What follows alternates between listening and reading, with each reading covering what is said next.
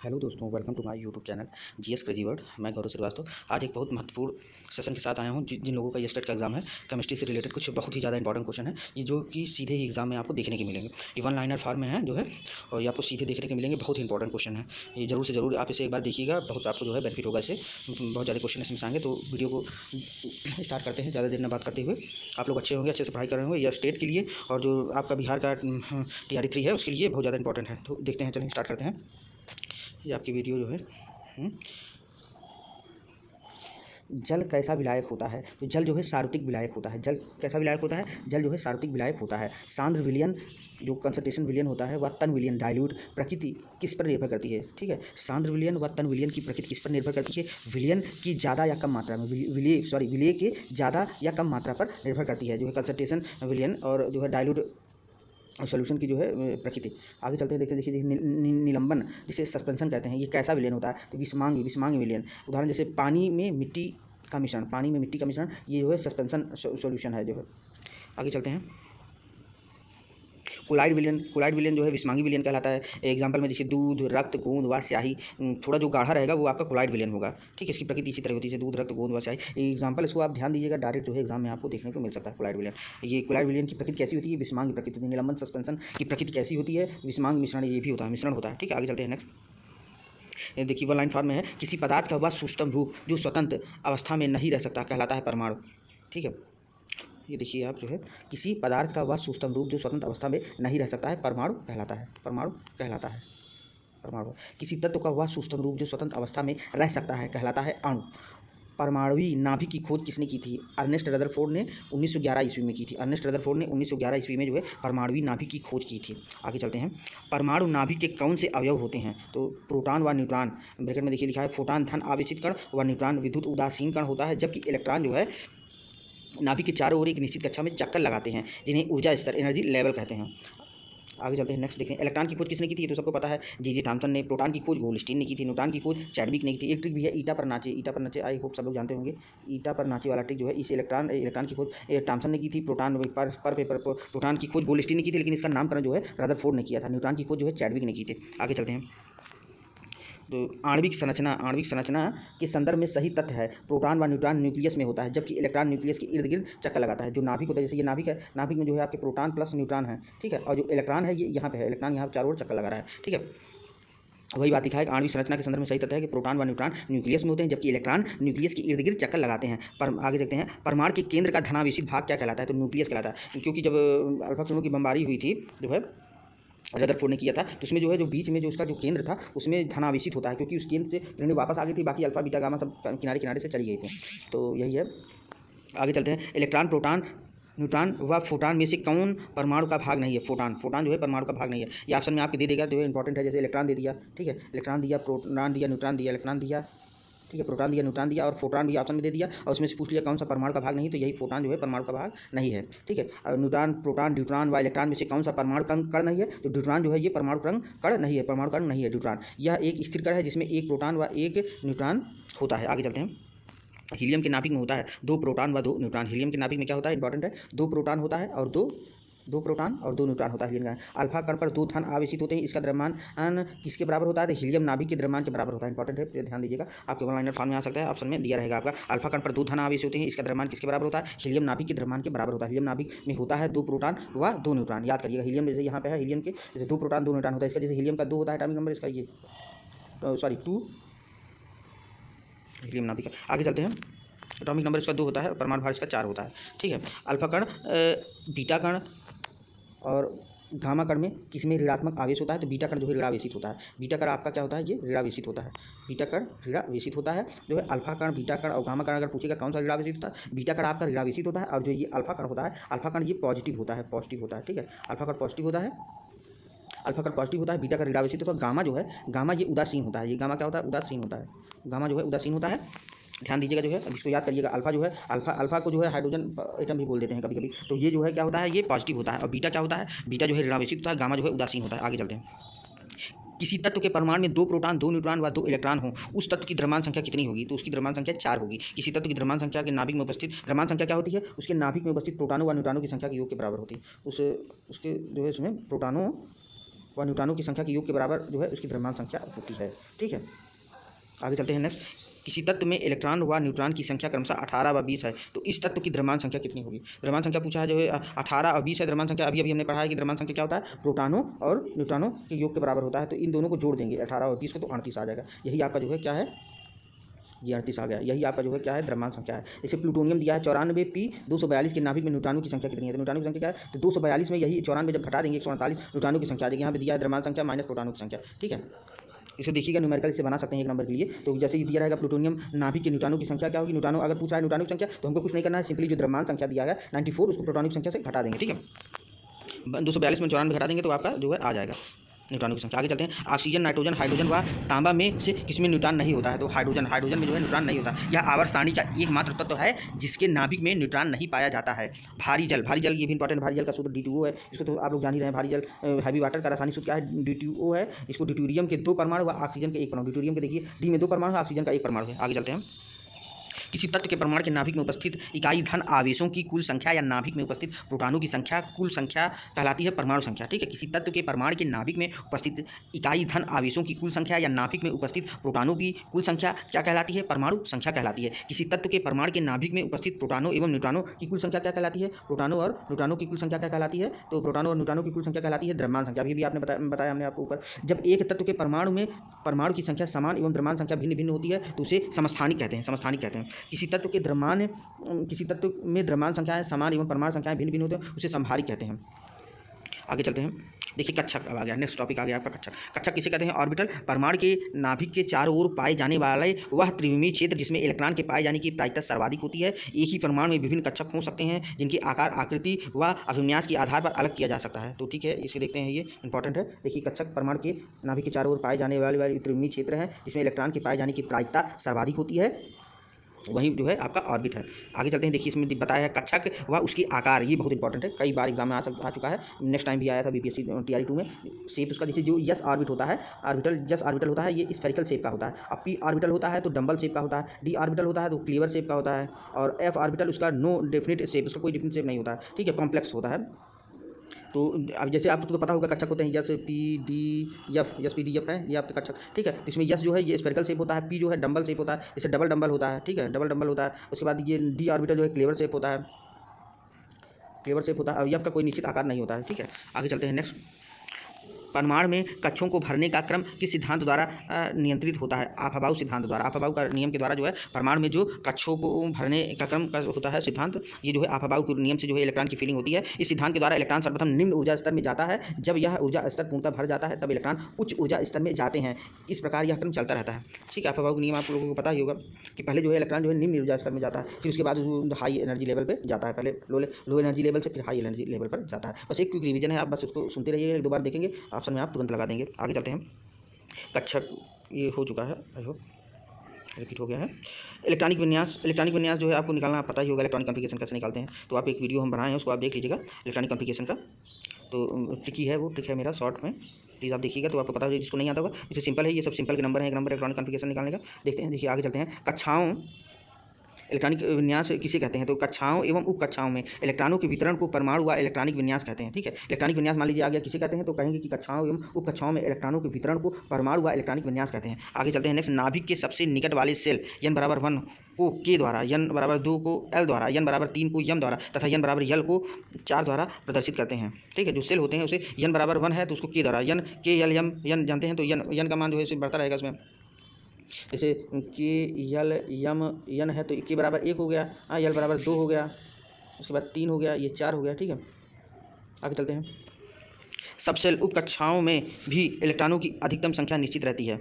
जो सबसेल होता है इलेक्ट्रॉनों की अधिकतम संख्या निश्चित रहती है। आगे चलते हैं। SPDF उप कक्षाओं में इलेक्ट्रॉन की अधिकतम संख्या के अनुसार 2, 6, 10, 14 होती है। जो SPDF उप कक्षा होता है, सबसेल होता है आपका, इसमें जो है अधिकतम इलेक्ट्रॉनों की संख्या, जैसे यस में 2 है, 2 अधिकतम इलेक्ट्रॉन हो सकते हैं। यस में क्या होता है, 2 अधिकतम इलेक्ट्रॉन हो सकते हैं। यस में 2 हो सकते हैं, P में 6 हो सकते हैं अधिकतम इलेक्ट्रॉन, D में 10 हो सकते हैं और F में 14 हो सकते हैं। ठीक है, यस में जो है 2 हो सकते हैं, P में 6 हो सकते हैं और D में 10 होते हैं। अब जैसे यस में देखिए, यस में 1 है। ठीक है, अब P में देखिए 3 होते हैं, जो ह्यूम का नियम होता है, जैसे देखिए 1, 2, 6 हो सकते हैं, इस क्रम में 2, 2, 4, 2, 6 हो गए। अच्छी तरह इसमें जो है SPD इसमें 1, 2, 3, 4, 5 होता है और उसमें 7 होता है, तो 14 इलेक्ट्रॉन आ सकते हैं 2, 2 के। पहले एक एक से जाएंगे हुन के नियम के अनुसार, फिर दोबारा रिपीट करेंगे।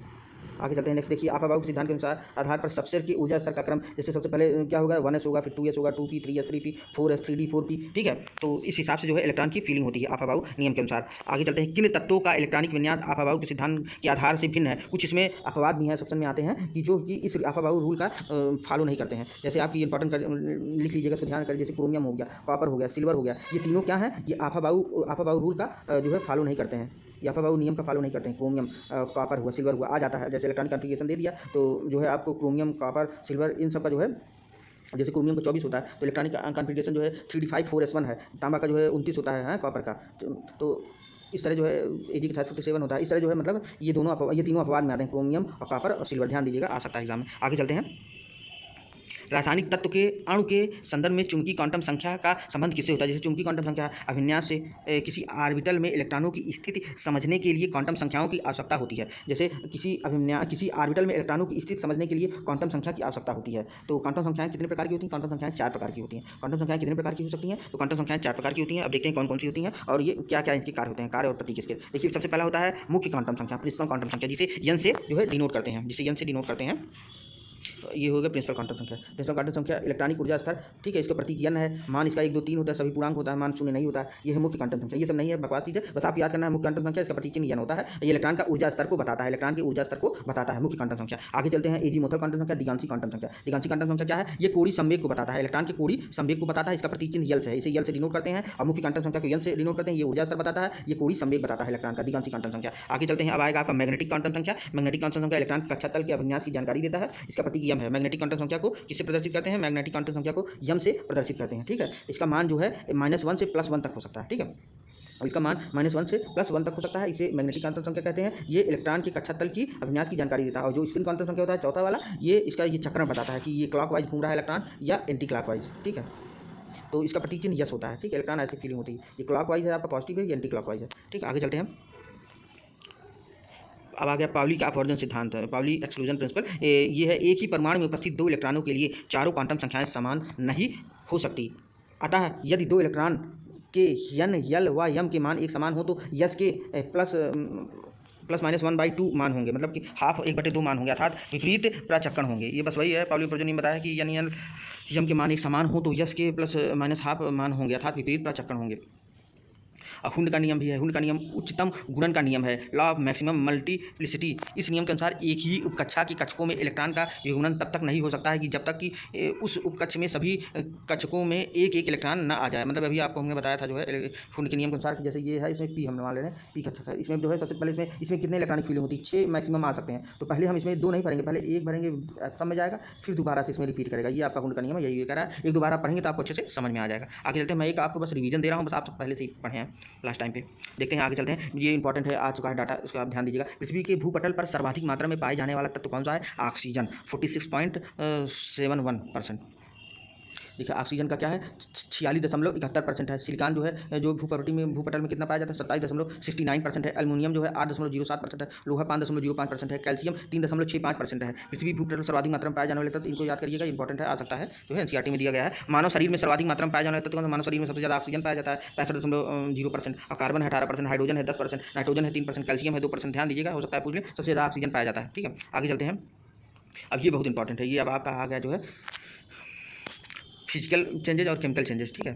फिजिकल जो चेंजेज होता है, केमिकल चेंजेज होता है, जैसे पानी से बर्फ बनना, भौतिक परिवर्तन, और जो है केमिकल परिवर्तन जो है रासायनिक परिवर्तन जो आता है, इंपॉर्टेंट है। इसका उदाहरण देख लीजिए आप। जैसे जो चीज़ जो है भौतिक होगा वो दोबारा से आपको प्राप्त हो जाएगी। इसका ट्रिक है, जो चीज़ जो है भौतिक की होगा, भौतिक गुण जो बताएगा वो आप दोबारा से प्राप्त कर। जैसे पानी से बर्फ बनता है, अगर बर्फ बना तो फिर से पानी बन जाएगा। जैसे घी का पिघलना, घी पिघल गया तो फिर से जम सकता है। मोम का पिघलना, जैसे मोम पिघल गया है तो फिर से मोम बन सकता है। दूध की क्रीम अलग कर लेना, अगर क्रीम को आप अलग कर दिए तो फिर से वो मिल सकता है उसमें। जल का वाष्प में बदलना, जल वाष्प में बदलता है तो फिर से जल बन सकता है, ठीक है। और केमिकल चेंज में क्या होता है? अवस्था आयु का, ठीक है।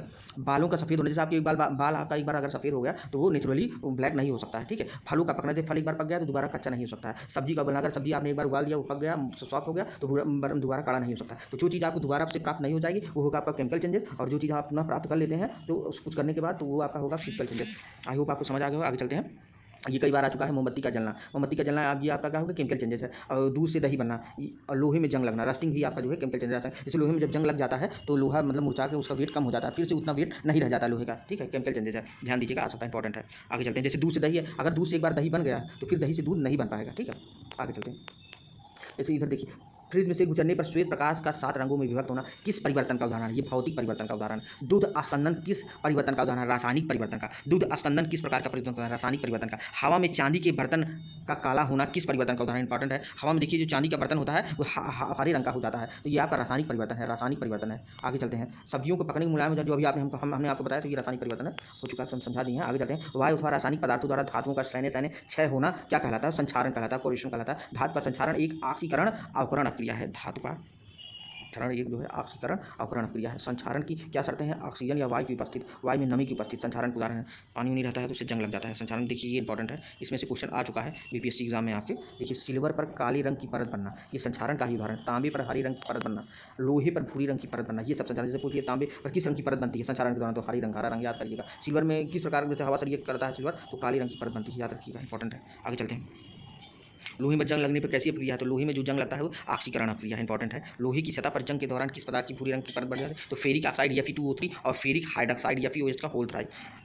गैल्वेनीकृत लोहा, गैल्वेनाइज्ड आयरन क्या कहलाता है? जब लोहे की धात पर जिंक धात की परत चढ़ाते हैं तो ये आपकी गैल्वेनाइजेशन प्रक्रिया कहलाती है, ये इंपॉर्टेंट है। गैल्वेनाइजेशन जो है ये इंपॉर्टेंट है, कई बार आ चुका है। जब लोहे की धात पर जिंक धात की परत चढ़ाते हैं तो उस क्रिया को जो है जंग से बचाने के लिए करते हैं, तो इस क्रिया को गैल्वेनाइजेशन कहते हैं, ठीक है। जंग लगने से लोहे के भार में क्या प्रक्रिया, जब हमने बताया ना, भार में इसकी वृद्धि हो जाती है, ठीक है। किन किन धातुओं का संक्षारण नहीं के बराबर होता है? तो सोना, प्लेटिनम आदि। तापमान व रासायनिक अपक्रिया से संबंधित सही तथ्य हैं। उच्चतर तापमानों पर रासायनिक अपक्रिया तीव्रतर हो जाती है। आगे चलते हैं। संयोजक यौगिक और उनके आकृतियां जो है कैसी कैसी हैं, जैसे इसको आप एक बार देख लीजिएगा। जैसे सहसंयोजक यौगिक है, ज्यामिति इसका आकार कैसा है, बंधन कोण कितना है। जैसे सल्फर हेक्साक्लोराइड ये अष्टफलकी होता है, 19 डिग्री इसका कोण होता है। क्यूप्रामोनियम आयन वर्गाकार समतली होता है, तो इसका भी 90 डिग्री कोण बनाता है। हाइड्रोजन सल्फाइड कोड़ी होता है, 92 डिग्री कोण बनाता है। जल जो है ये आपका क्या है, कोड़ी है और 105 डिग्री कोण बनाता है। फास्जिन जो है पिरामिडी होता है, 107.5 डिग्री कोण बनाता है। अमोनिया आपका पिरामिडी होता है, 109 डिग्री कोण बनाता है। मीथेन आपका ये इंपॉर्टेंट है, मीथेन कई बार एग्जाम में आ चुका है। मीथेन जो है चतुष्फलकी होता है, टेट्राहेड्रल होता है, 109 डिग्री 28 मिनट का ये जो है कोण देता है। कार्बन टेट्राक्लोराइड ये चतुष्फलकी होता है, 109 डिग्री 28 मिनट इसका भी होता है। कार्बन टेट्राक्लोराइड हो सकता है, मीथेन वाला आ चुका है तो कार्बन टेट्राक्लोराइड दे सकते हैं, चतुष्फलकी होता है ये भी। सल्फर डाइऑक्साइड कोणी होता है, इसका 119 डिग्री होता है। एथिलीन तली होता है, 120 डिग्री। कार्बन डाइऑक्साइड एरेखिक होता है, 180। देख लीजिए एक बार, हो सकता है एक बार आप देख लीजिएगा पूरा, तो हो सकता है इसमें से आ जाए एग्जाम में, इसकी स्क्रीनशॉट ले लीजिएगा, ऑप्शन में आ सकता है। जल अपघटन में ऊर्जा किस रूप में उत्पन्न होती है? उष्मा के रूप में होती है। पाश्चुकरण की खोज किसने की थी? लुई पास्चर ने की थी। पाश्चुकरण की खोज किसने की थी? लुई पास्चर ने की थी। पाश्चुकरण की क्रिया किससे संबंधित है? दुग्ध के निर्जीवाणुकरण से, स्टेरिलाइजेशन ऑफ मिल्क से संबंधित है पाश्चुराइजेशन की क्रिया। दूध पाश्चुराइजेशन क्रिया कैसे होता है? तो पहले क्या करते हैं, दूध को बहुत देर तक गर्म किया जाता है, दूध को बहुत देर तक गर्म किया जाता है, फिर एक निश्चित समय पर अचानक ठंडा कर लिया जाता है। अब जहाँ देखिए किस तरह करते हैं, 72 डिग्री तापमान पर 15 सेकंड तक दूध को गर्म करते हैं। ये इंपॉर्टेंट क्वेश्चन है, आया है एग्जाम में। क्या करते हैं, पहले 72 डिग्री सेंटीग्रेड 15 सेकंड तक जो है बहुत तेज दूध को गर्म करते हैं, फिर अचानक से 5 डिग्री सेंटीग्रेड तक ठंडा करने पर उसके जीवाणु नष्ट हो जाते हैं। और होम पास्चुराइजेशन की क्रिया किस ताप पर होती है? 63 डिग्री सेंटीग्रेड तापमान पर होती है, 30 मिनट के लिए, ठीक है, 30 मिनट तक है। तो आई होप वीडियो आपको पसंद आया होगा। प्लीज़ वीडियो को लाइक कीजिएगा, शेयर कीजिएगा और सब्सक्राइब कीजिएगा। आगे भी कुछ है, इसका स्क्रीनशॉट ले लीजिएगा। जो है देखिए, वह यौगिक जिसमें सहसंयोजक और आयनिक दोनों बंध बनते हैं, तो जो है सोडियम हाइड्रोक्साइड है, इंपॉर्टेंट है ये, आप इस पर डायरेक्ट क्वेश्चन आपको आ जाएगा। वह यौगिक जिनमें सहसंयोजक और आयनिक दोनों बंध बनते हैं, ठीक है, आयनिक बंध जो है और सहसंयोजक दोनों बंध बनते हैं। सोडियम हाइड्रोक्साइड है, हाइड्रोजन साइनाइड है, सल्फ्यूरिक अम्ल है, कैल्शियम कार्बोनेट है, ये सब डायरेक्ट क्वेश्चन ऐसे आ जाएगा। तो इसका ऑप्शन आप इसको याद करे रहिएगा, यही देगा ऑप्शन में, सिर्फ टिक मार के आप आगे बढ़ जाइए। वह यौगिक जिसमें सहसंयोजक हुआ उप सहसंयोजक दोनों बंध बनते हैं, तो ये कार्बन मोनोऑक्साइड है, ओजोन है और नाइट्रिक अम्ल है, NO3 नाइट्रिक अम्ल है। वह यौगिक जिनमें वैद्युत सहसंयोजक और सहसंयोजक उप सहसंयोजक तीनों प्रकार के बंध बनते हैं, तो अमोनियम क्लोराइड NH4Cl है, अमोनियम ब्रोमाइड NH4Br है, ठीक है। वीडियो आई होप आपको पसंद आई होगी। प्लीज़ वीडियो को ज़्यादा से ज़्यादा शेयर कीजिएगा और मेरा सब्सक्राइब करिएगा, और अच्छी वीडियो हम ले आएंगे आपके एग्जाम रिलेटेड। आप एग्जाम देके आइएगा, तब बताइए कितना नंबर आपका डायरेक्ट पता है। रेडॉक्स अपक्रिया किसे कहते हैं? वह रासायनिक अपक्रिया जिसमें एक पदार्थ का ऑक्सीकरण व दूसरे पदार्थ का अपचयन होता है, उसे रेडॉक्स अपक्रिया कहते हैं। ये रिएक्शन आप याद कीजिएगा, हो सकता है डायरेक्ट ही आ जाए। Zn+Cu++ गिव्स Zn+++Cu, ठीक है। तो जो है देखिए Zn से Zn++ हो रहा है, तो 2 इलेक्ट्रॉन की प्राप्ति ये अपचयन है, और Cu++ से Cu होता है, तो जो है 2 इलेक्ट्रॉन का त्याग हो रहा है, तो इसका ऑक्सीकरण होता है। जब इलेक्ट्रॉन निकलेंगे तो ऑक्सीकरण होगा, और इलेक्ट्रॉन अगर आएंगे तो अपचयन होगा, ठीक है, रिडक्शन होगा, और इलेक्ट्रॉन जो है जब निकल रहे हैं तो ऑक्सीडेशन होगा। आगे चलते हैं, वे कौन से पदार्थ हैं जो ऑक्सीकारक एवं अवकरण दोनों की तरह व्यवहार करते हैं। तो एग्जाम्पल आप याद कर रहिएगा, डायरेक्ट क्वेश्चन आपको फंस जाएगा। हाइड्रोजन सल्फाइड है, हाइड्रोजन परऑक्साइड है SO2 है, सल्फर डाइऑक्साइड है SO2 है, नाइट्रिक अम्ल है HNO2 है। नाइट्रिक अम्ल का इसका फार्मूला भी पूछ लेते हैं, HNO2 है नाइट्रिक अम्ल, ध्यान दीजिएगा। तो ऑक्सीकारक व अवकारक दोनों की तरह व्यवहार करते हैं, तो यही यौगिक है hydrogen sulphide, hydrogen peroxide, sulphur dioxide और नाइट्रिक अम्ल, ये जो है उसकी तरह व्यवहार करते हैं। ऑक्सीकरण, रिडक्शन और ऑक्सीडेशन दोनों की तरह व्यवहार करते हैं। तो आई होप वीडियो आपको पसंद आएगी। प्लीज़ रिक्वेस्ट है आप ज़्यादा से ज़्यादा सब्सक्राइब कीजिएगा।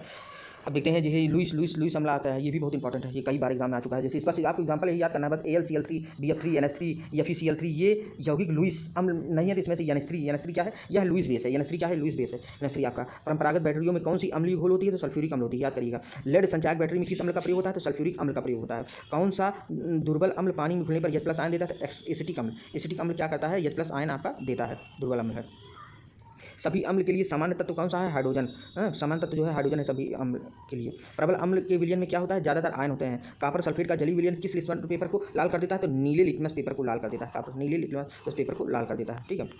और इथेनॉल को इथेन में परिवर्तित करने हेतु डिहाइड्रेटिंग एजेंट के रूप में किसका उपयोग किया जाता है, तो सांद्र सल्फ्यूरिक अम्ल। सांद्र सल्फ्यूरिक अम्ल इंपॉर्टेंट है। एक्वेराइजा की घोल किसे कहते हैं, तो सांद्र हाइड्रोक्लोरिक अम्ल, सांद्र नाइट्रिक अम्ल 3:1 के अनुपात में मिलाने पर जो मिश्रण प्राप्त होता है उसे एक्वेराइजा कहते हैं। इंपॉर्टेंट है, ध्यान दीजिएगा, ठीक है। या Cl इसमें 3 है और नाइट्रिक अम्ल HNO3 जो है 1% है, ठीक है। सोना और प्लेटिनम किस विलयन का घोला जाता है, एक्वेराइजा के घोल में सोना और प्लेटिनम को घोला जाता है। कॉपर सल्फेट CuSO4 × 5H2O का जलीय घोल किस कारण अम्लीय होता है, तो क्योंकि इसका जल अपघटन होता है, इस कारण ये अम्लीय होता है। जल अपघटन में ऊर्जा किस रूप में होती है, तो मुक्त रूप में होती है ये।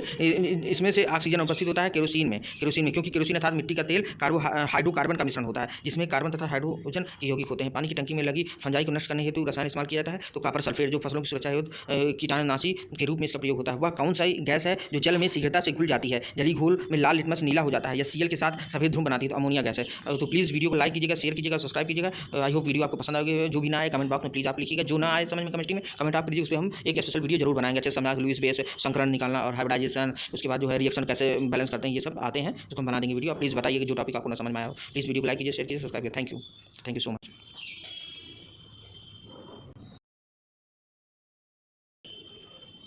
क्या है